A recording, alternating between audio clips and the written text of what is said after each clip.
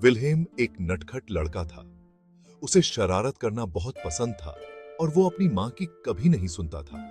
उसकी मां उसकी बहुत चिंता करती थी। विल्हेम, तुम ऐसे क्यों हो? वो पूछती। मां, मुझे तो मजा करना है, विल्हेम हंसते हुए कहता। उसकी मां जानती थी कि उसे विल्हेम को सबक सिखाना होगा। एक दिन वह विल्हेम को खेतों में ले गई। इन पौधों को देखो, उसने कहा।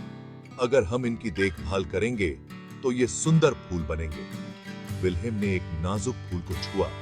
उसकी खुशबू बहुत मीठी थी। बच्चे भी पौधों की तरह होते हैं, उसकी मां ने आगे कहा। उन्हें बड़ा होने के लिए प्यार और देखभाल की जरूरत होती है। विल्हेम ने अपनी मां को समझते हुए देखा। उसे एहसास हुआ कि उसे इतनी चिंता नहीं देनी चाहिए थी। मां, मुझे समझ आ गया, उसने धीरे से कहा। मैं एक अच्छा लड़का बनने की कोशिश करूंगा।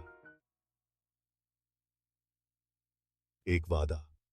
विल्हेम की मां मुस्कुराई। उसने उसे कसकर गले लगा लिया। उस दिन से विल्हेम बदल गया। उसने अपनी मां की बात सुनी और स्कूल में खूब मन लगाकर पढ़ाई की। वह अपनी मां को गर्व कराना चाहता था। सालों की मेहनत। साल बीत गए। विल्हेम बड़ा हो गया। उसने पढ़ाई की और डॉक्टर बन गया। उसने बहुत से लोगों की मदद की। उसे अपनी मां की बातें याद थीं। वह जानता था कि वह अपनी मां के प्यार और देखभाल की वजह से ही सफल हुआ था। एक मां का गर्व। विल्हेम की मां को उस पर बहुत गर्व था। वह जानती थी कि खेतों में उसकी सीख काम कर गई थी। विल्हेम, उसने कहा। उसकी आंखें चमक रही थीं। तुम एक अच्छे इंसान बन गए हो। विल्हेम मुस्कुराया। वह जानता था कि वह बहुत खुशकिस्मत था कि उसकी इतनी समझदार मां थी।